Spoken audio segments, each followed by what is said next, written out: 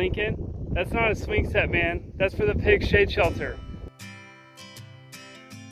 No two things are ever the same. Even identical twins have their differences. So why would it be any different for soil? Hey pigs!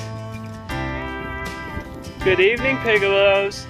That's a lesson that we have now learned. It was so muddy moving the pigs out there, I probably shouldn't have worn Crocs. Multiple times, I was just barefoot. At least I got a good mud massage, right? Last year, we had our pigs on our pasture. And in 1 year, we saw the dramatic differences between a flood zone and huge growth. Our friends saw that difference too, and they wanted that to happen on their land. Hi! Our land was an old hayfield. Their land was an old cornfield. The first couple moves went great, and then we got a lot of rain. Ladies first, move!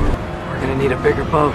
And moving their shade structure, which is an old hay wagon, became more difficult and more difficult. After all that rain, it kind of set you back mentally a little bit. All you see is mud, and you're like, man, this is not what we're supposed to do. This is not what these pigs are doing, but we can't move them. They need shade when the sun comes out. The Mangalistas do okay in the sunshine, but the half Mangies that are half Burke, they don't do so great. So they need shade. So we let it sit and wait, and our hearts just clenched and clenched because we knew that they needed moved, but we couldn't get out there. Something had to change. It's not good for the land, it's not good for the pigs to just hang out on a muddy field. That's not what pasture raising pigs is about, but what to do. So we racked our brains and we finally figured it out. Wow, Lincoln. With a quick mindset change from mobility on wheels to mobility with stakes in the ground, we were able to give them shade, but it doesn't require mechanical intervention.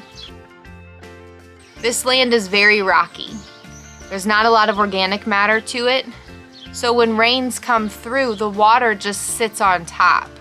Compared to our fields, where there's a lot of root structure, a lot of organic matter, and the soil is able to soak it in like a sponge. These pigs will help change that, but in the meantime, we need to be adaptable to that. And instead of letting the pigs hang out on the mud, they need to be moved before it gets that bad. The last 2 paddocks look rough, and we're gonna make sure that they have an extended time of rest. And that's what makes us thankful again that we changed our fencing. Going to the Premier One hog netting with 1 hot wire in the middle allows us to be adaptable and make changes as we need to. The paddocks may not be perfect squares or rectangles, and they may not be in the exact same place every time. And I think that that's what this land needs. We now see that these pigs are going to need to move every 2 to 3 days depending on rain. And the best part about our new shade structure, we can move them in the rain if we need to. We couldn't do that before. We talk a lot about how common perception is that pigs are destructive. Oh yeah, it's a beautiful day. Well, time to go to work.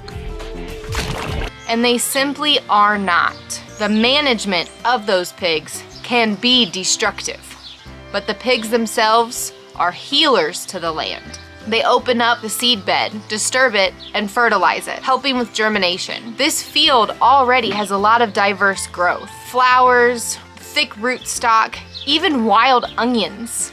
And the seed mix that we planted earlier this spring has germinated, and we have grasses. Maybe Paul and I were a little naive going into it, thinking that what we have on our farm is what we'll have on the other farm. That's okay. Lessons like that come with time in any new experience. The most important part is that we learned from that thinking and changed it so that we can do what the land needs.